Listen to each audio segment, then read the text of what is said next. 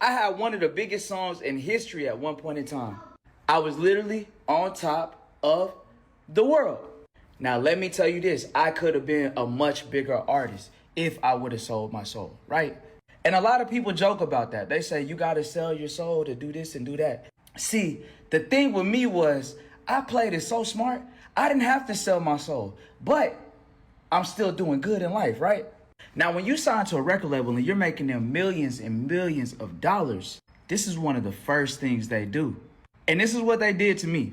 They took me to a store to go shopping, right? And I was going to buy the materials out of the store that I wanted, right? And they stopped me and said, wait. No, don't spend your own money. Spend this money. And they gave me a black card. They said, anything you want, studio time, music video, whatever you want, this is the card you use. No more spending your own money. And that's where all the artists mess up. They get that card and they buy houses, cars, and everything. And when I tell you I made the label millions, I made the label millions. Believe it or not. So pretty much what I did, that first time they gave me that card, I swiped it. And that was the only time I ever swiped it.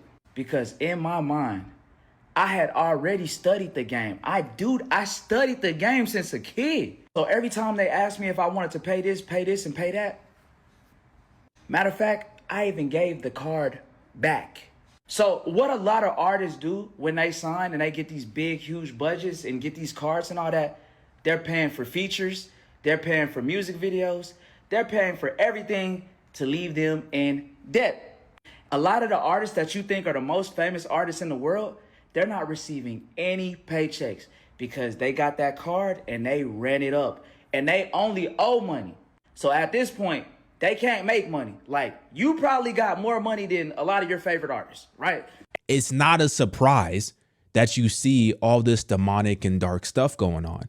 It's not a surprise that you see these artists doing wild and crazy things because they got to make something, they got to do something. They got to get some motion. They got to do something to get the momentum back on their side so that they can get their career back on the right path, so they can get back to the money because they've spent so much money. They've taken on these huge advances. So that's why we see so many of these people desperately trying to remain relevant, and they will literally do whatever it takes to remain in that spot.